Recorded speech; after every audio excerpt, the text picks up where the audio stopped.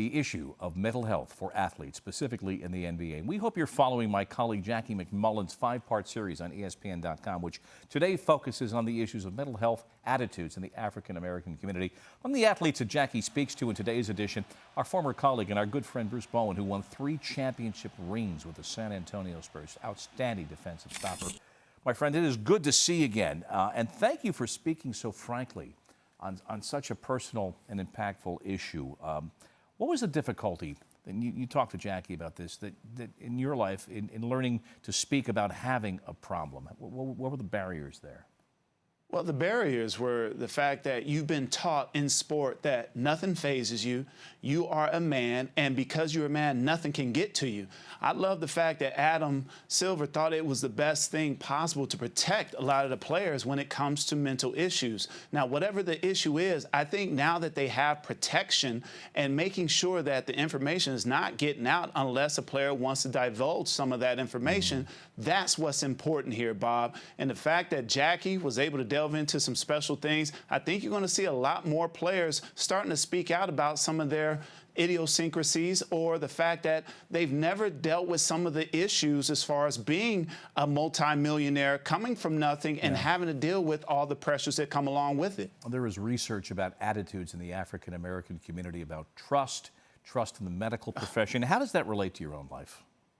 Well, for me, it was more about trust issues with my personal family and the fact that you have so many different individuals coming at you and wanting hands out. And you've been conditioned, Bob, to think that it is your responsibility to take care of those that were supposed to take care of you. As far as I'm concerned, I don't think it's the child's job to take care of their parents. Now, it's not to say that a young man can't buy his mom a house or his dad a house, but for them to feel like they are obligated to do that, I think that's wrong. For me, it was about seeing a therapist just to talk about certain things, and it started with a sports psychologist. It allowed me to be a little bit more freer and, more importantly, to be true to myself and not feel condemned if I did happen to say no to family at different times, because that's one of the toughest things for a lot of players today is to say no to family and friends because you want to help those that you feel were with you from the beginning. So did you undergo counseling when you were playing in the league?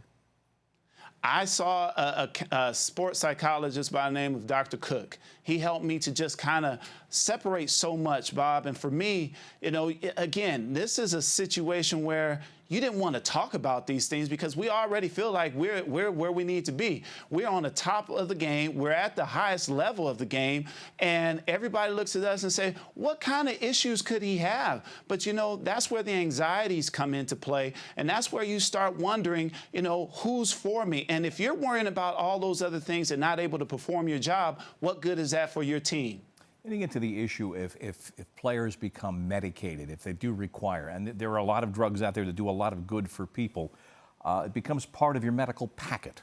And then you get to the issue as an athlete of confidentiality. If I'm going to spend X million on you, I want to know everything about you. How much should I be able to know about you if you are indeed involved in psychoanalysis? Well, see, now I go to the whole situation of corporate America, Bob. You know, the fact that we are drug tested for different things, or I should say was drug tested.